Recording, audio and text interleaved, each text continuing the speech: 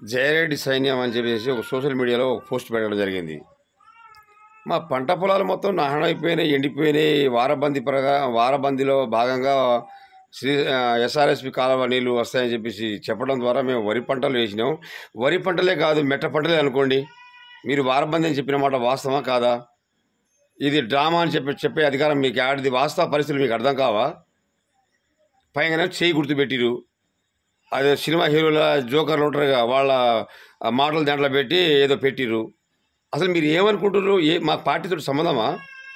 మా వేసిన ప్రతి ఒక్క ఎకరం ఎండిపోయిందని చెప్పేసి మేము గొగ్గులు పెడుతుంటే మాకు సపోర్ట్ ఇవ్వవలసింది, మాకు మనోధైర్యం ఇవ్వవలసిన సమయంలో దాన్ని కించపరిచే విధంగా మా రైతుల ఆవేదనని హేళన చేసే విధంగా మీరు పోస్ట్ పెట్టడం అది సమంజసం ఏమాత్రం కాదు.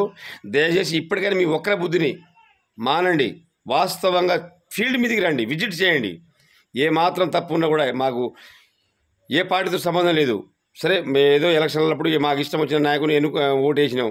గెలుపోవటంలో సహజం. గతంలో మాకు నీళ్ళు వచ్చినాయి, ఇప్పుడు రావట్లేదు. దాని గురించి ప్రశ్నించాల్సింది పోయి ఇది ఒక డ్రామా, ఏదో చేయబోతుర్రు, ఏదో అయినట్టుగా మీరే పూడ్చినట్టుగా, రైతులుగా మేము బాగుపడ్డట్టుగా ఇది కరెక్ట్ కాదు. దయచేసి ఇవాళ అధికారం ఉంది, మాకు ఏదో ఇంకొకటి విధంగా అంటే అది ఏది శాశ్వతం కాదు. దయచేసి వాస్తవాన్ని రైతుల తరపున మాట్లాడండి, రైతులకు సాయం చేయండి, రైతుల తరపున కొట్లాడండి. వాళ్ళకు న్యాయం చేసే విధంగా మీరు చేయాల్సింది తప్ప పిచ్చిగా చేస్తే మాత్రం అది కరెక్ట్ కాదు. మీరు అనుకోవచ్చు, అది 100% తప్పది. ఇక్కడ విజిట్ చేయండి. మా చిన్నగారకుంటున్న గ్రామ పంచాయతీలో నేను నగేష్ అని చెప్పేసి నేను ఒక రైతుగా నాకు 9 ఎకరాల పొలం దారుణం ఎండిపోతే నాతో పాటు మా చిన్నగారకుంట కానీ, పెద్దగారకుంట కానీ, సీతమ్మ తండ కానీ, ఎల్లప్పకుంట కానీ, ఈ వర్షమటి మొత్తం బంజరా ఈ లంబాడి తండాలన్నీ ఎండిపోయినాయి, మొత్తం నాశనం అయిపోయినాయి చెప్పి మేము గొగ్గులు పెడుతుంటే డ్రామా, ఫలానా పార్టీ నాయకుడు వచ్చిండు ఏడిచిండు, అది ఒక డ్రామాలో భాగం. ఎవరే మీరు చెప్పింది? మీకు ఎందుకండి అట్లా పిచ్చి ఆలోచనలు?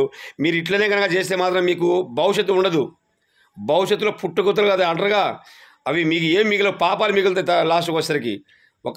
యాసంగి పోయినాయి, వానకాలం వర్షాలు పడితే నీళ్ళు వచ్చినాయి ఒక 2 నెలలు. ఇప్పుడు యాసంగి గుండు సున్న అయిపోయింది. దాని గురించి మాట్లాడండి. కానీ ఎందుకండి అవసరమా రాజకీయం చేసే టైంలో రాజకీయం చేసుకోవాలి. ఇప్పుడు ఈయన ఓట్లు ఉన్నాయి, ఇప్పుడు మీకు ఎలగబెట్టడానికి. దాని గురించి కాలువ నీళ్ళు ఇచ్చే బదులు కాలువ నీళ్ళు ఎస్ఆర్ఎస్పి కాలువ ద్వారా నీళ్ళు వచ్చే విధంగా మాట్లాడాలి తప్ప ఈ పిచ్చి మీరు ఇట్లా పెడితే కరెక్ట్ కాదు అది.